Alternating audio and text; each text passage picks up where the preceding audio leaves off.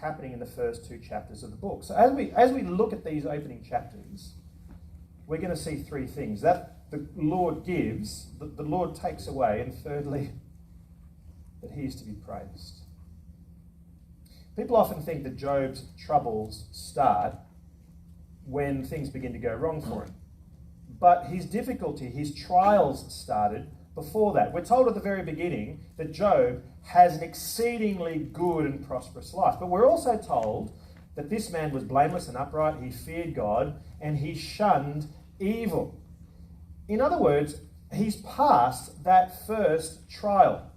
He's had this great life. Everything has been provided for him, and yet he still holds on to authentic faith in God. He hasn't lapsed into nominalism or, superficial dependence, lip service to God. We're told everything that Job has. He's got the ideal family for those times, the 7 sons, 3 daughters. He's exceedingly wealthy. He's got this diversified asset portfolio. He's got oxen, which shows he's involved in agriculture, sheep, herds of them, which means he's involved in pastoral work. He's got camels. That means he's involved in the trading business. He's got all these servants. He's got a great reputation. We're told he's the greatest man in the East. And yet, we normally think that bad things happen, and those bad things cause a trial for our faith. But the reality is, our faith in God is always on trial. It's always on trial regardless of the abundance of what we have or the scarcity, whether good things are happening or bad. What matters most is our character. And the writer of Job wants to show us that Job's possessions are incidental. What matters is his character. To be blameless and upright means that you're living a life of integrity. You're conducting yourself well. That doesn't mean that Job was perfect. We'll see in the rest of the book that he had issues. But here is a guy who is considered to be a righteous man. That's what it means for him to fear God and shun evil. And Job took nothing for granted. His personal faith was such that he prayed to God and offered sacrifices whenever his children would have a party, as a kind of preemptive intercession, thinking that perhaps in maybe an innocent gathering that they could have sinned and cursed God in their behaviour. Job shows us that character is what matters. It's more important than circumstances. If you have your character lined up, that in fact can get you through whatever circumstances come your way. Proverbs chapter 30 says, "Give me neither poverty nor riches, but give me only my daily bread. Otherwise I may have too much and disown you and say, 'Who is the Lord?' Or I may become poor and steal and so dishonour the name of my God." It's difficult going through suffering and following God, but it can also be exceedingly difficult having prosperity and following God. We can become like the Laodiceans that we saw last week. In their prosperity they said, "I'm rich, I need nothing, I have all that I need." And they let go of their grasp of Jesus. Which makes Paul's statement to the Philippians so extraordinary.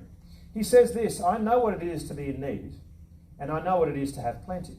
I have learned the secret of being content in any and every situation, whether well-fed or hungry, whether living in plenty or in want. I can do all this through him who gives me strength." When do you find that your faith is most severely tested? When things are going well, or when things are going badly? When is it that your confidence in God begins to crumble? When things are going according to your agenda or when they're not? When are you more likely to forget God? When you feel you have everything you need, you don't need anything else, or when it's the opposite? The Lord has given much to Job, and Job has survived that first trial of prosperity. But now the Lord takes much from Job, and Job has to survive the trial of adversity. In verse 6, we're taken into the heavenly throne room. angels are presenting themselves before God, but Satan is there as well. And it's like he ought not to be there, because God questions him and him alone and says, where have you come from? And Satan gives that sort of teenager's response. Oh, the usual, I've been here and there. And God says to him this extraordinary statement about Job. The Lord said in verse 8, have you considered my servant Job? There is no one on earth like him. He is blameless and upright, a man who fears God and shuns evil. God repeats that phrase, that description that was said of Job in verse 1. Now, the Satan in the Bible is often called the accuser, the enemy of God's people. He is the public prosecutor. God has said of Job, I'm really proud of him. He is blameless and upright. I'm so proud of him. There's no one like him. But the devil is unimpressed. Satan says in verse 9, does Job fear God for nothing?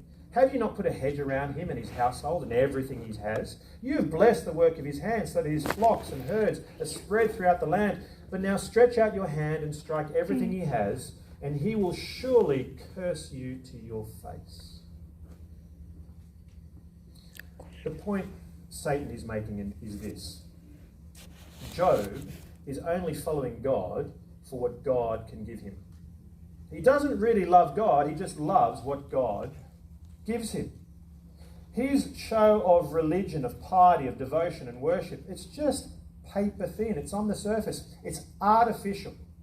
Satan says to God, you take all these good things away from Job and Job will walk away from you. What do you think of that accusation? I mean, whilst we might be uncomfortable in recognising this, I think Satan has put his finger on something. A problem, in fact, with the entire human race. That we do things for people just in order to get things from people. I mean, we see it all the time in the business world, right? People are friendly to us. There's the corporate hospitality, the lunches, the gifts. And when they've had the door open for them, that you've given them everything they want, then you don't see them ever again. That's how things go. And this is the question that is at the very heart of the book of Job. Will people have a relationship with God just for the relationship with God? Or do we treat God like a business partner, a means to an end? What happens when all those things that we really value in life, our looks, our health, our financial security, our reputation, our family, our friends, what happens when those things are threatened or begin to be taken away from us? And so Satan openly questions Job's devotion to God, his character. But indirectly, Satan also questioned God's character, because he's inferring that God has to bribe Job with things in order to get Job's devotion. That God in himself is not great enough, he's not holy, he's not glorious, he's not wonderful enough to merit worship on his very own. There always has to be strings attached, benefits given to people, incentives in order for them to worship God. God is not worth it on his own. And so this is where Satan's challenge comes from. He says to God, take away everything from Job, and he's going to curse you. He's going to walk away himself. And the thing is, God says, okay. Verse 12, the Lord said to Satan, very well then, everything he has is in your power, but on the man himself, do not lay a finger. Notice that Satan has no power on his own. He can only do what God lets him do. He has no control. He has to be given permission. But still, what God lets him do is shocking. Remember, we've already been told that Job is blameless. He doesn't deserve what is coming his way. It's not like he's being punished for some evil that he's done, or that he needs to be humbled and made more dependent on God, because we've already been told that he fears God. Why doesn't God, therefore, throw Satan out of his presence, rebuke him, say, get out of here? He allows this test in order to show that a relationship with God for its own sake is actually possible. About 20 years ago, there was this short-lived animated TV series in the US called God, the Devil, and Bob. God is unhappy with the world. He wants to wipe it out and start over. But he makes this bet with the devil. The devil is able to choose one person. And if that one person is able to improve the world in some measurable way, then God will spare the world.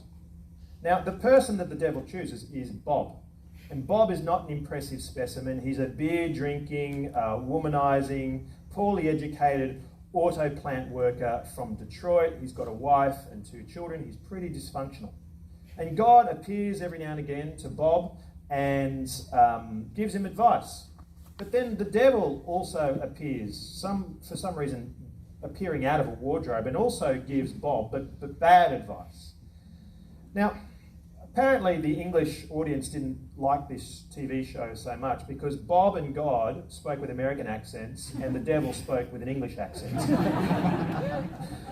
But there was one reviewer of this TV show that said, Bob is the battleground for the eternal war between God and the devil.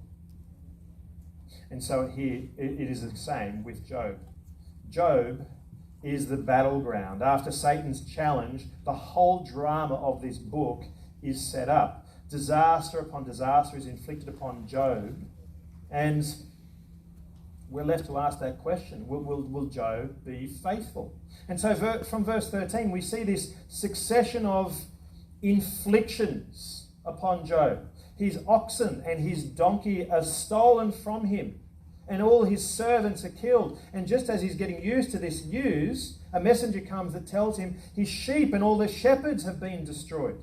And then quickly afterwards, all his camels have been stolen. And as if these 3 hammer blows are not enough, a messenger comes with the devastating news that all his children have been killed.